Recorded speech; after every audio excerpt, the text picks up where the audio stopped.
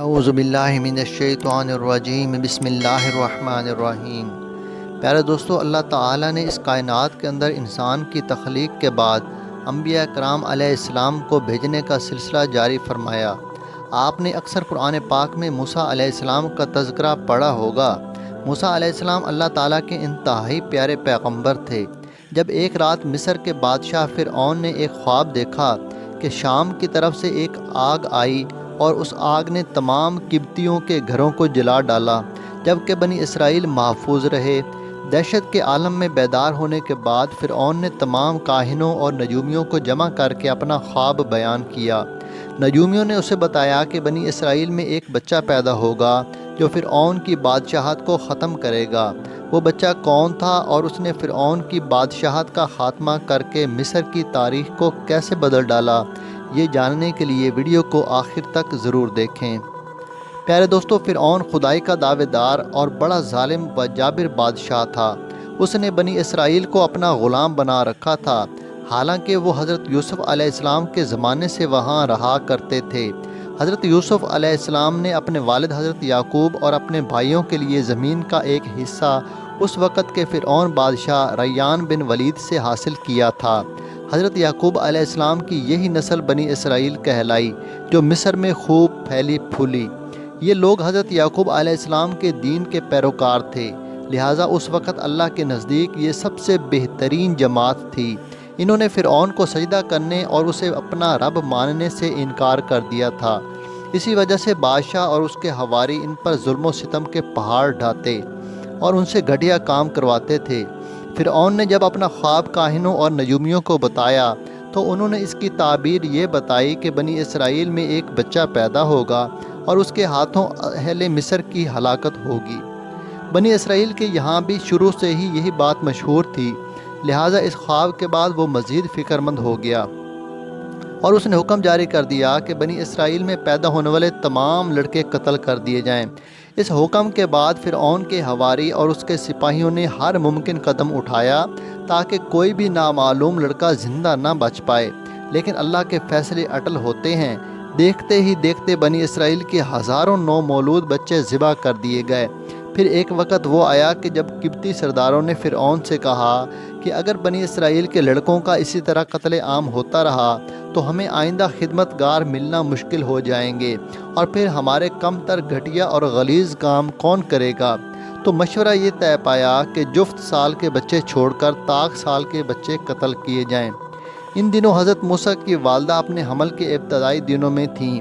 اللہ نے ان کی حفاظت کا سامان اس طرح فرمایا کہ ان کی والدہ پر معمول کے مطابق حمل کے آثار ظاہر نہیں ہوئے، جن سے آپ فرعون کی چھوڑی ہوئی دائیوں کی نگاہ میں نہ آئیں۔ انہوں نے اس بات کو چھپائے رکھا یہاں تک کہ پیدائش کا وقت آ پہنچا اور انہوں نے بچے کو جنم دیا۔ اس بارے میں سوائے قریبی لوگوں کے کوئی نہیں جانتا تھا۔ نجومیوں نے فرعون کو اطلاع دی کہ بچہ بنی اسرائیل میں پیدا ہو چکا ہے۔ اس اطلاع نے فرعون کو بدحواس کر دیا۔ اس کے سپاہیوں نے گھر گھر تلاشی شروع کر دی۔ حضرت موسیٰ کے بھائی حضرت ہارون امان والے سال میں پیدا ہوئے تھے، جبکہ حضرت موسیٰ قتل والے سال میں پیدا ہوئے۔ حضرت موسیٰ کے والدین سخت پریشان تھے۔ 3 مہینے تک انہوں نے حضرت موسیٰ کو چھپا کر رکھا، لیکن زیادہ عرصہ تک بچے کو شاہی جاسوسوں کی نظروں سے چھپا کر رکھنا ممکن نہ تھا۔ پھر بھی وہ اپنی پوری کوشش کرتی رہیں، یہاں تک کہ ان کے پاس اللہ کا حکم آ گیا۔ یہ حکم اللہ نے ان کے دل میں ڈالا تھا۔ حضرت موسیٰ کی والدہ کے دل میں خیال آیا کہ تابوت کی طرح کا ایک صندوق بنایا جائے اور اس بچے کو اس صندوق میں رکھ کر دریائے نیل کے بہاؤ پر چھوڑ دیا جائے۔ حضرت موسیٰ کی ماں نے اللہ کے حکم کے مطابق بچے کو صندوق میں رکھا اور دریا میں چھوڑ دیا۔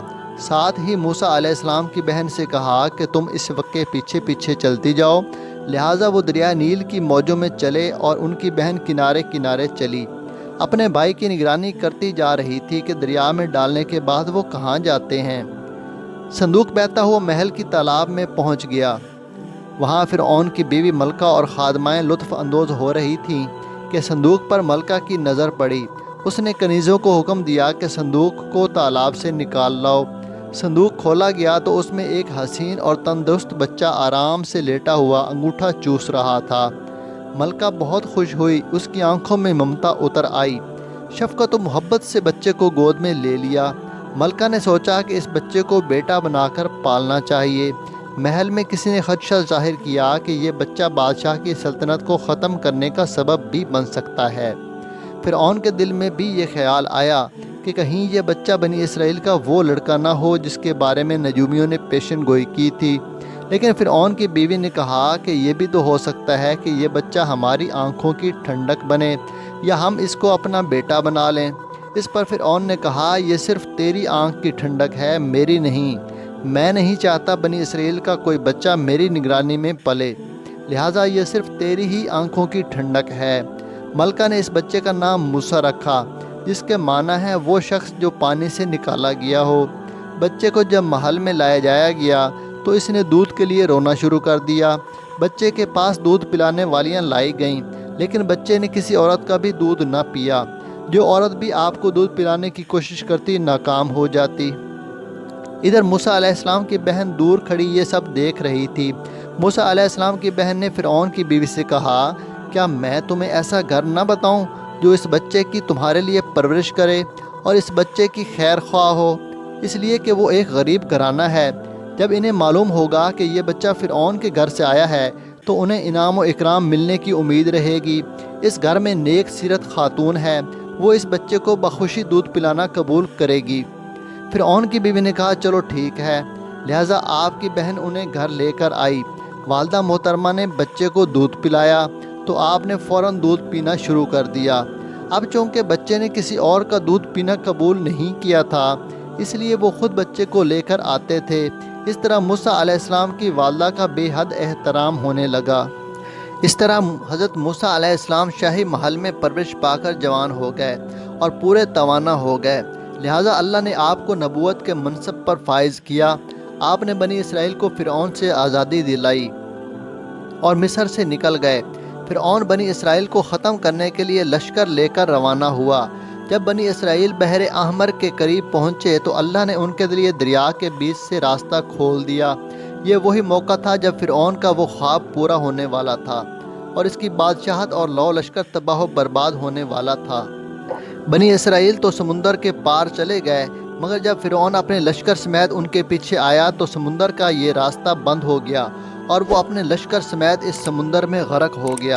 یوں اللہ تعالیٰ نے حضرت موسیٰ علیہ السلام اور بنی اسرائیل کو اس ظالم کے ظلم سے نجات عطا فرمائی۔ اللہ تعالیٰ سے دعا ہے کہ اللہ تعالیٰ ہمیں بھی نیکی کے راستے پر چل کر دنیا و آخرت کی کامیابی عطا فرمائے، آمین۔ کمنٹ میں آمین لکھ کر چینل کو سبسکرائب کر لیں، شکریہ۔